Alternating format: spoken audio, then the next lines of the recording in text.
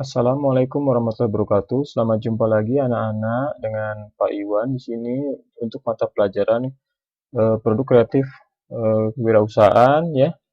Ini materinya adalah sebagaimana yang pernah dibahas sebelumnya itu mengenai laporan keuangan. Jadi suatu saat nanti bila mana kalian mempunyai usaha sendiri ataupun bekerja dengan orang lain yang mungkin dibutuhkan suatu perhitungan laporan keuangan sederhana. Jadi kalian paling tidak nanti bisa mengetahui bagaimana posisi keuangan perusahaan itu, apakah pada bulan itu untung atau rugi, modalnya bertambah atau berkurang, eh, laporan keuangannya itu sehat atau tidak, itu nanti kalian bisa eh, bisa menganalisanya ya, di tempat pekerjaan atau di tempat usaha kalian sendiri.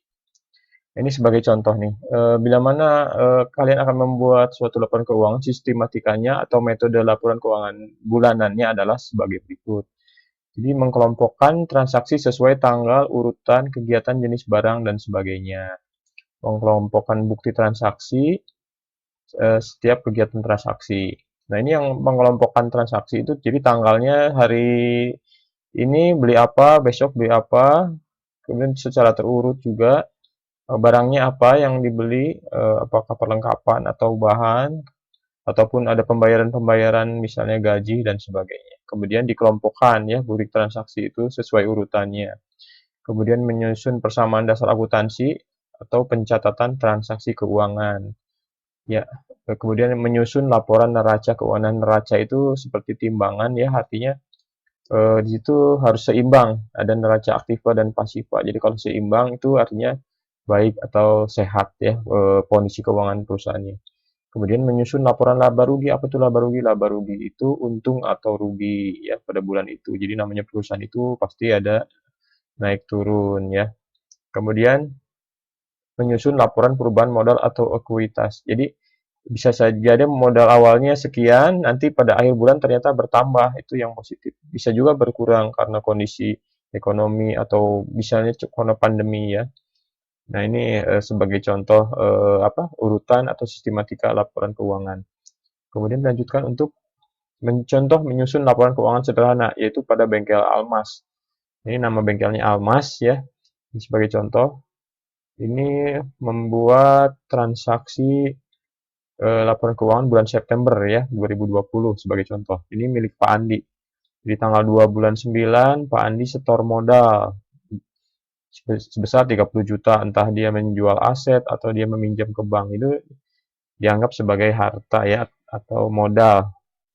Kemudian tanggal 4-nya membeli peralatan bengkel sejumlah 5 juta ya, Bapak tulis 5.000 biar tidak agak sederhana. Kemudian tanggal 6 membeli bahan praktek atau bahan praktek atau untuk keperluan di bengkel secara kredit atau cicil sebesar 300.000.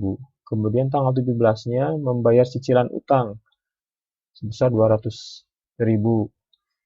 Selanjutnya tanggal 20, Pak Andi mengambil 750.000 untuk keperluan pribadi. Ya, ini mungkin bisa dikatakan meminjam ya untuk keperluan pribadi. Kemudian tanggal 31-nya ternyata mendapatkan pemasukan atau keuntungan dari servis di bengkel sebesar 12.500.000.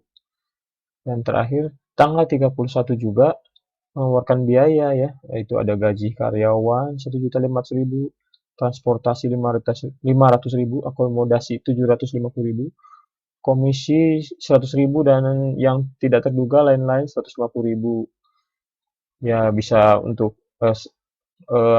pembayaran kebersihan, untuk apa, untuk air, listrik, dan sebagainya. Jadi total pada tanggal 31 pengeluarannya adalah sebesar 3 juta rupiah. Nah, nanti data-data ini kalian masukkan nih ke dalam tabel seperti ini. Nah, ini.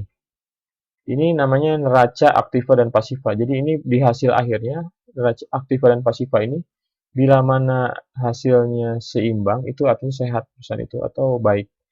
Ya, jadi nggak boleh lebih besar pasiva. Jadi sudah pernah dibahas kan ya? Oh, aktiva itu adalah aset ya, aset ataupun harta.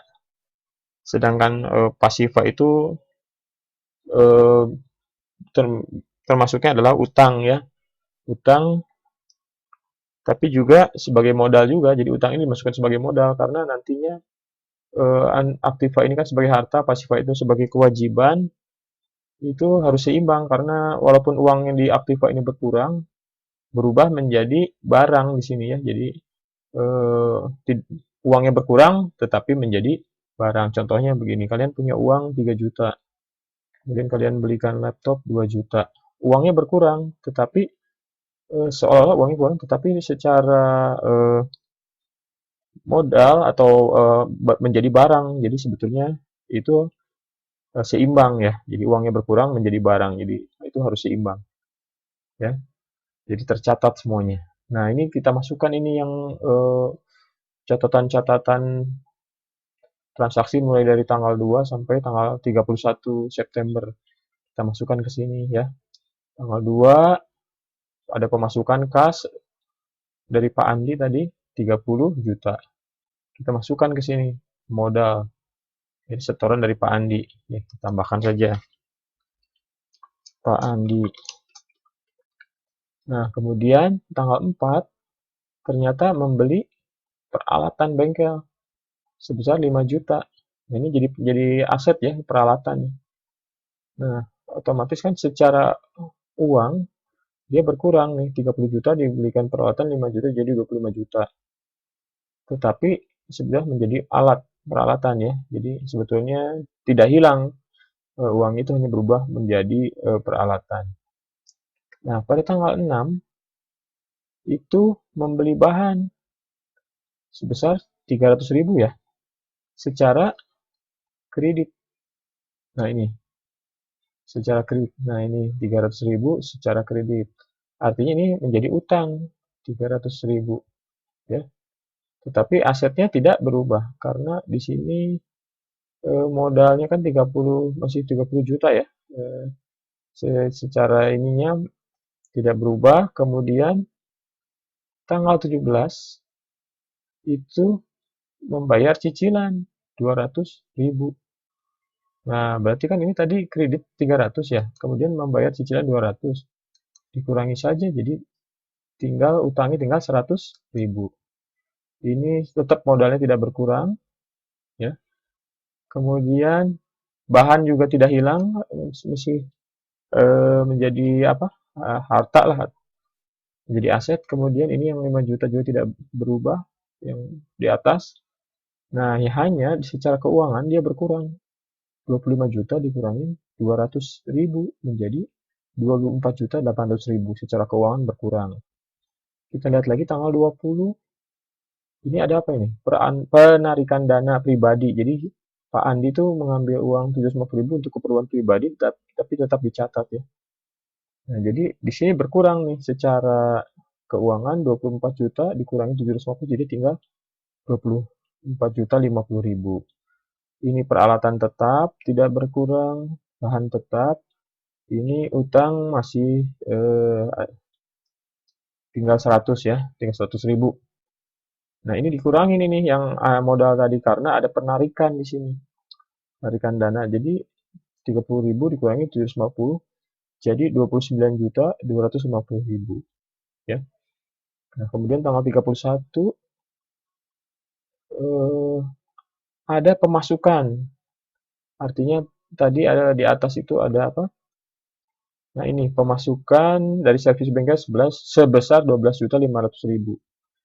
Nah, ini ada pemasukan berarti ditambah nih modal yang terakhir 24 juta 50.000 ditambah 12 juta 500.000. Jadi modalnya bertambah 36 juta 550.000. Peralatan tetap, bahan tetap, utang masih sekian. Nah, ini kan tadi modalnya tadi 29.250.000 karena ada pemasukan ditambah. Jadi di sini 41.750.000. Kita lihat lagi pada tanggal 31 ternyata ada pengeluaran ini. Apa saja tadi 3 juta. Kita lihat lagi ke atas. Oh, ada gaji, ada transportasi, akomodasi, komisi dan lain-lain. Jadi totalnya 3 juta. Nah, di sini berkurang lagi. Jadi 36 juta dikurangin 3 juta 33.550.000 ya. Ini modal peralatan tetap, bahan tetap, utangnya sisa 100. Nah, ini secara pasif di pasifanya di tabel pasifa juga 41 juta dikurangin 3 juta karena keluar biaya tadi ya, gaji, transport, komisi dan biaya lain-lain. Jadi sisanya 38.750.000. Nah, mengetahui hasil akhir di aktiva dan pasifa ini, jadi kita tambahkan saja kas terakhirnya 33 juta ditambah 5 juta ditambah 300.000, jadi 38.850.000.